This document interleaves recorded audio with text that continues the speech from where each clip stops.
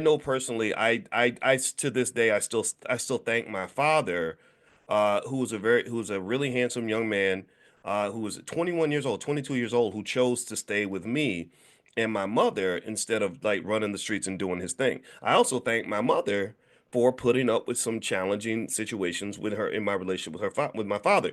And if you want to see how that story ends, when my mother took her last breath, Christmas Eve of 2024, it was my father who was laying right next to her when she died. And I imagine what life would have been like if my father had ran off and said, I got to keep it pee, yo, I got to keep it pee, and ran out and, decided to go get 10 other girls pregnant. And then, and then my mother's dying alone years later. He's dying alone, right? Toward the end, they kind of needed each other. They needed each other, not just from an emotional standpoint, but also in terms of finances, right?